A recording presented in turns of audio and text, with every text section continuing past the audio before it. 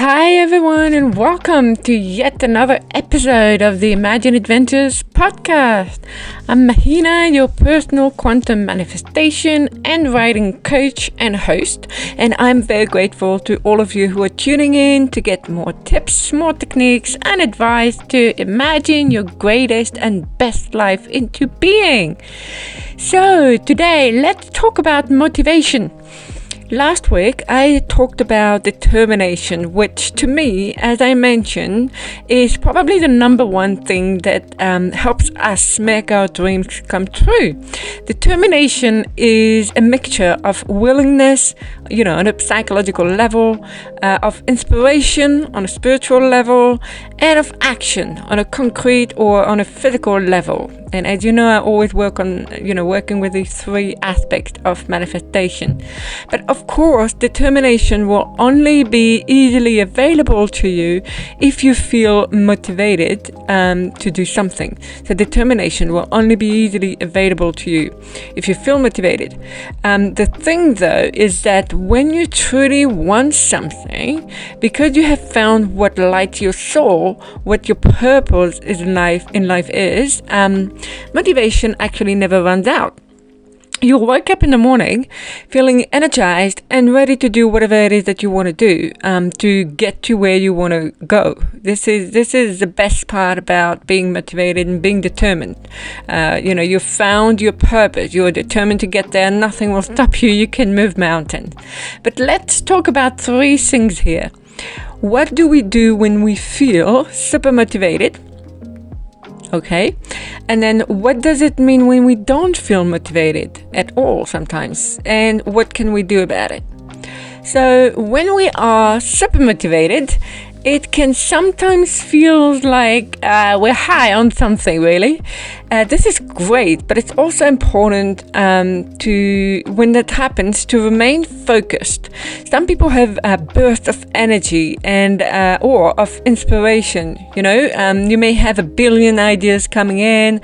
Some people will just write them all down, and so depending on who you are, you may take a decisive action on some of them, on all of them, or on none of them. So the good thing is you could simply be an idea generator. I know a lot of people like that, and that's absolutely fine. You may have a lot of ideas, and what these people do, they pass on the ideas to other people who make them happen. And that is absolutely fine. To be an idea generator is also something very beautiful and much needed in this world. So there's nothing wrong with that. Okay, now, if you are someone who wants to make each and every single one of your ideas come true, then the first thing to do would be to write them all down somewhere, and I highly recommend that you have something called a dream board. And it can be a blank piece of paper, but it needs to be something that you never throw away. So don't discard it, or don't use something that your kids are gonna play around with and draw on, for example. Or you can have a whiteboard, or you can use a blank Word document on your laptop, and just have it there with you. And so what you do is, for each of those ideas that you have, put a little square next to each of them. Then you take the most achievable ones and you try and get them done first. So let's say, for example, that you want to have your own YouTube channel, and then you also want to buy a new house. Okay, so which one looks more achievable to you at this very moment? Both are possible, definitely, but it may be that it is easier for you to get started on your YouTube channel now, and who knows, maybe become famous, or find time to do another job that you love, and then you're able to buy the house that you want. Just prioritize. Or you may just, you have the money to buy a house, and with your partner you've decided that it's more important to go to the bank and to do the paperwork and to work on that, and then you will start your YouTube channel in the next 6 months when you are all settled in your new house. This is absolutely fine as well. Just prioritize in a way that makes you feel good. You can also break bigger goals into smaller ones, so that, all of a sudden what you want to achieve will look more achievable. And one great way to do that, like I recommend to my clients, is to take your big goal and imagine what it feels like when you already have it, but then backtrack. So imagine what are the steps that you took to get there. So instead of trying to think of the how and then of thinking of, okay, so I do this and this and this and then I get there, imagine yourself already where you want to be or where you want to go, and then backtrack. Just think about, I'm already there. So what did I do to get there? It's a very simple but powerful technique that can open up a whole world of possibilities, because you may realize that there are more ways to get to where you want to be or go than you ever thought possible. Now, when we feel motivated, we are high in energy, we feel light, and almost like nothing can stop us. This is a beautiful feeling. And this happens generally when we feel good, when we feel happy, or ideally when we have a real sense of purpose. So when we know that what we're doing makes us feel fulfilled, it may be that we feel we are part of something bigger than us, and when we love what we do and do what we love, everything flows. It's a natural course of things, and ideally everyone's life should be like that, and your life can be like that. It is possible. I believe it's the purpose of our life. So this is what I'm doing here. I'm trying to get you all inspired to live your life this way, because I am living my life this way, and it is possible for everyone. So definitely that's the goal. Now, of course, there are times when we don't feel motivated, even if we are doing what we love. In every job, there may be side or parts of it that you don't like. Let's say you're a coach like me, and you have to do the marketing. Okay, and like me, you don't particularly enjoy that because you don't necessarily want to be selling, you want to be helping people above all. Or you may be a business owner, but what you love, like a friend of mine loves running his business and doesn't necessarily like to interact with clients. So it's a very interesting concept, but it's actually, he enjoys running the business in the background.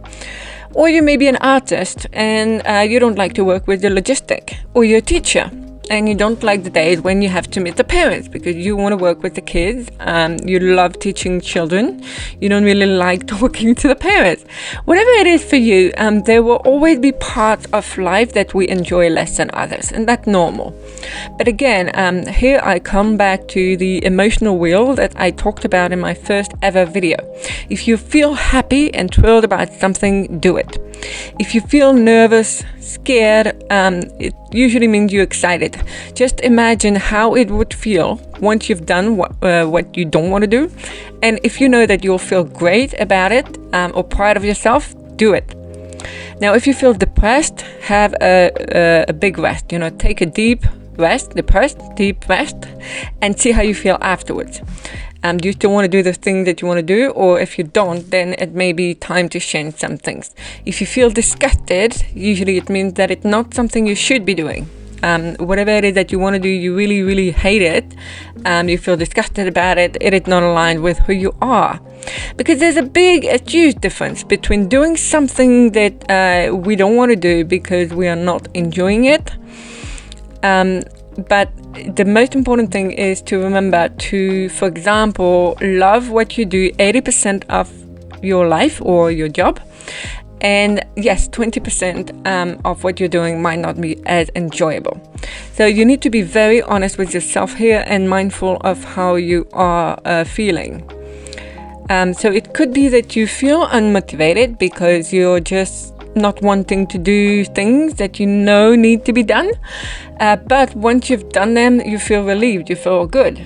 Okay, so that's a good sign.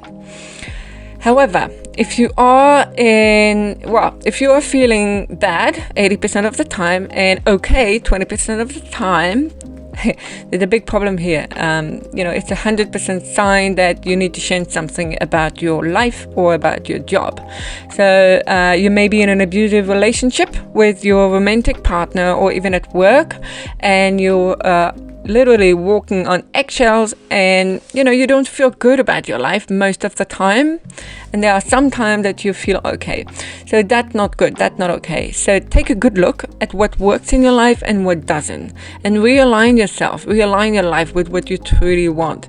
Sometimes it means you have to leave your job and find another one. Maybe you have to leave a partner and find be single for a while. Whatever it is for you, just take a good look at your life. Ideally we want to feel good most of the time. This is, we only have one life that we remember of anyway. So please, let's just make sure that we enjoy our life as much as possible. It's beautiful. This is the goal. So now, for those of you who are doing what you love, yes, there may be some days that are harder than others, and it's both good and bad. I believe it's part of our growth. If everything was easy all of the time, it wouldn't feel as fulfilling. What's funny is, so we usually set challenges for ourselves on purpose, consciously or unconsciously, knowing that when we get to the other side, we will be stronger, smarter, happier, more knowledgeable, whatever it is for you. So when that happens, there are 5 things that I do that I believe work for my clients anyway, and that you can do to help you be and stay motivated throughout the day, and get that thing that you don't want to do done. So let's say you wake up in the morning and you have something to do, but you really don't feel like doing it. Number 1, stop thinking. Don't think about it. Don't think about that thing you have to do. Every time that your mind goes back to that task or the place you've got to go to or something you don't want to do, focus on something else.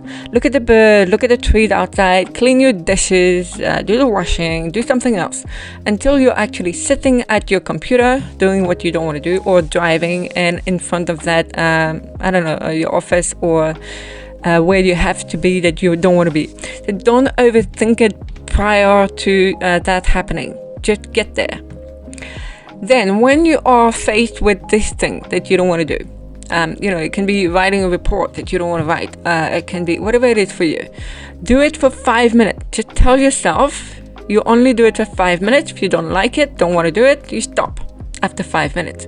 Seriously, even if you have a call, for example, to make, and you don't want to be on that call, or somebody's going to call you, make up an excuse in your head, in your mind, and for example, just be ready to say, sorry, the electricians are here, they'll take down the line for the whole day, I'll call you back tomorrow. Have an excuse in your head. The thing is, chances are, even if you've planned an escape route, you will actually continue doing what you've started after 5 minutes, because, you've started. So might as well finish, right? So that's a good trick. And it works usually for so many people that I know, and for me too. Number 3, treat yourself. Okay, so just like the famous Pavlov dogs, reward yourself when you've done something particularly difficult, and that thing or other things will be easier to do next time that you have to do something similar. I was lucky enough as a kid to get rewards when I had good marks, but then I grew up and I kept this and I applied that in all areas of my life.